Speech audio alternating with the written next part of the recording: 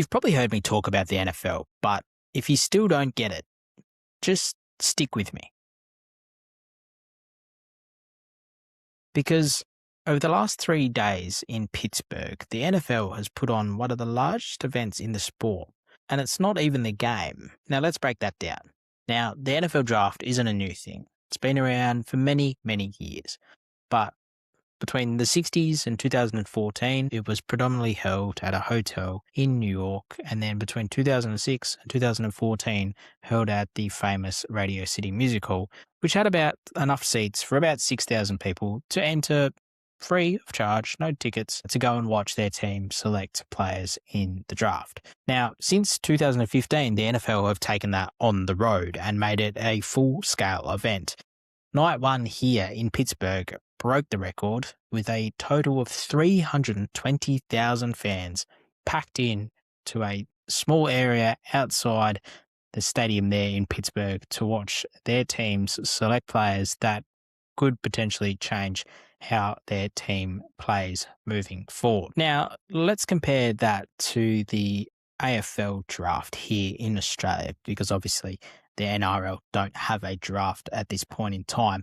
But the AFL has a bunch of different drafts throughout the year, but let's focus on the national draft. A 2-night event held at Marvel Stadium with predominantly just the players, their families, and maybe a couple of mates that they grew up playing footy at a grassroots level with. Now, it's a pretty simple, basic night, especially the first night where a little bit more of effort is put into it. But essentially, the players will get invited, their name will get called, they'll head up to the podium, they'll shake the hand of a representative from a club or a former player, and then have a quick chat with the media, and that's pretty much it. Now, these players come from the Sandful or the Waffle or the VFL or the Talent League.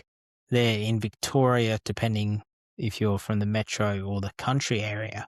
Now, people don't really know who their teams are going to be picking up until they get picked, unless you're really dialed in and sort of follow those leagues and go to the games. You don't really know these players at all. And when it comes to it, they're really only going to be playing in front of maybe 10,000 people when they're playing at the state level. Now, let's compare that back to the NFL. These guys are 3 years removed from high school. So they're anywhere between 21 to as late as 24, 25. Alashov, the quarterback for the New Orleans Saints that was drafted last year in 2025, was 25 and turned 26 around September. So when the season had started. So they're fully grown men. And during their college days, depending on sort of what conference or what team they played for, they could have played in front of 80, 90, 100,000 people. And their names are known,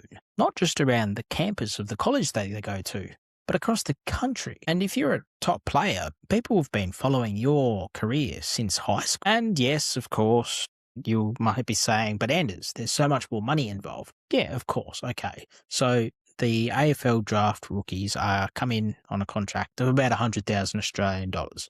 Nothing to sneeze at. Great for an 18, 19-year-old kid to come in and get their rookie contract. But the first overall pick this year, Fernando Mendoza, a light $57 million guaranteed for a 4-year contract. And that's just the contract money, let alone the endorsement that these guys already signed leading up to the draft. And more recently, the nil money that they can command at a college level, which has completely changed the entire landscape of the game, for better or worse. But that's for another time. Now, you might be saying, but Anders, there's so many more people in the US.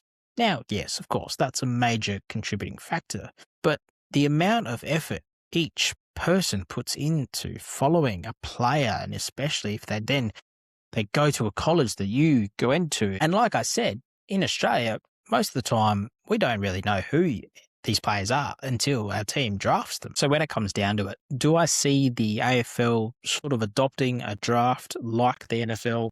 Probably not in my lifetime. I simply don't think that there's enough fanfare surrounding the draft here in Australia for AFL that we could see something like that happen. I think we're slowly looking towards growing the game on a level that the Americans show it, such as AFL teams rocking up in more casual clothes when they arrive at the stadium, and the AFL sort of capturing that. That's something new that we're starting to see more, which is obviously the NBA and the NFL have been doing for years. But I think that's sort of the lower end of the scale and where we will be for some time. So that's why the NFL draft is so big. And next week, I'll show you something else.